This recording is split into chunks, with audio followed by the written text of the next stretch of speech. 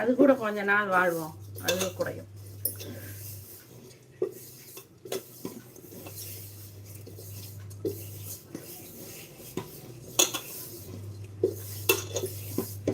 இப்போ நான் அந்த மீனுக்கு என்னென்ன போட்டிருக்கேன்னு தெரியுமா உங்களுக்கு சொல்லவா?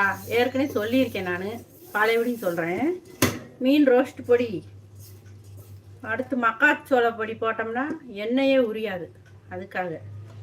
அதுக்கடுத்து பச்சரிசி மாவு கொஞ்சம் போட்டோம்னா மொறுமொறுன்னு இருக்கும் நல்லா, உண்மையிலேயும் மொறுமொறுப்புக்காக. அதுக்கடுத்து கொஞ்சம் உப்பு வத்தப்பொடி, நம்ம உப்பு எவ்வளோ சாப்பிடுமோ அதுக்கு தகுந்த மாதிரி. வத்தப்பொடி உரப்புக்கு வேணும்னா, நான் உரப்பு போடல, ஏன்னா சின்ன பிள்ளைய சாப்பிடுங்களா, உரப்பு கொடுக்கக்கூடாது. உங்களுக்கு வேணுன்னா போட்டுக்கலாம்.